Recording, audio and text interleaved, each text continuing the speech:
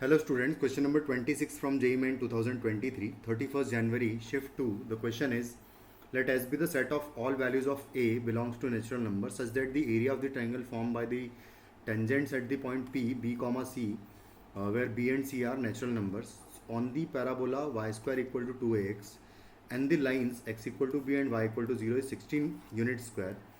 Then आपको बताना है इन सारी वैल्यूज़ का सम, ए की जितनी पॉसिबल वैल्यूज़ आएगी उन सब का सम बताना है. तो अगर मैं ये पैराबोला की बात करूँ तो Y square equal to A X जो है पैराबोला, आपको कुछ इस तरीके से मिल जाएगा कि ये होगा पैराबोला. ठीक है, इस तरीके से ये पैराबोला आएगा.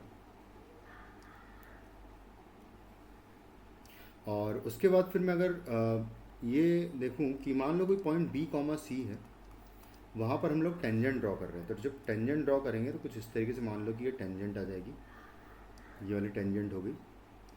और ये पॉइंट, अच्छा Y equal X equal to B line जो है ये होगी, सेम इसी पॉइंट से जाते हुए X equal to B line और वाई इक्वल टू जीरो यानी कि एक्स एक्सीज होगी. तो जो ट्राइंगल की बात कर रहा है वो ये वाला ट्राइंगल है जिसका कि एरिया उसमें 16 स्क्वायर यूनिट्स गिवन है ना, यूनिट स्क्वायर 16 दे रखा है इसका एरिया.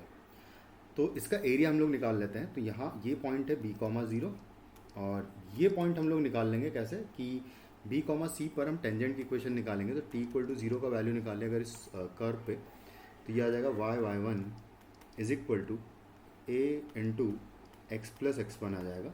और एक्स वन वाई वन की वैल्यू बी सी रख देंगे तो c y is equal to हो जाएगा ए एक्स और प्लस आएगा ए बी. तो कुछ इस तरीके से ये इक्वेशन आ जाएगी. इसमें हम लोग अगर ये पॉइंट निकालना चाहते हैं तो y की वैल्यू जीरो पुट कर दूंगा मैं. तो जब मैं y की वैल्यू जीरो पुट करूँगा तो x is equal to minus b point मिल जाएगा मुझे, यानी कि ये पॉइंट हो गया आपका माइनस बी कॉमा जीरो. तो इसका बेस ट्राइंगल का देखिए अगर, तो ये लेंथ हो जाएगी यानी कि 2b हो जाएगा. तो एरिया ऑफ ट्राइंगल हो जाएगा 1/2 base is 2b into height is c. यहाँ से यहाँ तक की ये जो है हाइट है तो ये c है क्योंकि y कोऑर्डिनेट उसका c है. इसका वैल्यू 16 हमको गिवन है, तो यानी कि b इंटू सी का वैल्यू हो जाएगा कितना, 16. अब उसने कहा है कि b and c natural numbers है. तो अगर b and c natural numbers हैं तो b कॉमा सी के जो पेयर्स पॉसिबल हैं वो कौन कौन से हो सकते हैं. 1 कॉमा 16 हो सकता है, 2 कॉमा 8 हो सकता है, 4 कॉमा 4 हो सकता है, फिर 8 कॉमा 2 हो सकता है और फाइनली 16 कॉमा 1 हो सकता है. ये सारे पॉसिबल पेयर्स हो सकते हैं. अब उसके अकॉर्डिंगली अगर देखें तो बी एंड टू सी आ चुका है, तो बी और सी जो है इस इक्वेशन को भी सेटिस्फाई करेगा. तो यानी कि सी स्क्वायर इज इक्वल टू हो जाएगा 2a इंटू एक्स की जगह b. तो यहाँ से a की वैल्यू अगर देखें तो हो जाएगा सी स्क्वायर अपॉन 2b. और मैं क्या करता हूँ कि यहाँ से b इंटू सी का वैल्यू अगर 16 है तो यहाँ से अगर b का वैल्यू निकालें तो 16 अपॉन सी हो जाएगा. तो है ना, क्योंकि यहाँ से b का वैल्यू हो जाएगा 16 अपॉन सी. तो ये वैल्यू मैं यहाँ पर सब्सटीट्यूट कर दूंगा b की जगह. तो ये हो जाएगा कितना, सी, क्योंकि मुझे a की पॉसिबल वैल्यूज़ निकालनी है तो किसी एक वेरिएबल के टर्म में अगर निकाल लो तो ये हो जाएगा 16 अपॉन सी. तो सी क्यूब हो जाएगा ये अपॉन 32. तो ये हो जाएगा. अब जो पॉसिबल वैल्यूज़ ऑफ सी है वो हमारे पास कौन कौन सी हो जाएगी. पॉसिबल वैल्यूज़ ऑफ सी की अगर बात करें तो 4, 8 एंड 16 होगा.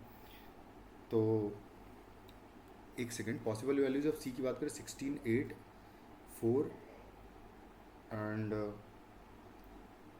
2 अगर रखेंगे तो कुछ इस तरीके से आएगा. लेकिन 1 अगर किया, हाँ तो ठीक है, कोई दिक्कत नहीं है. तो ये हो जाएगा आपका यहाँ पर. और उसके बाद हम क्या करेंगे कि जो पॉसिबल वैल्यूज़ ऑफ सी है, क्योंकि सी की पॉसिबल वैल्यू है वो हमारे पास है, ये ए मिला है हमें. तो सी की जो पॉसिबल वैल्यूज़ है वो हैं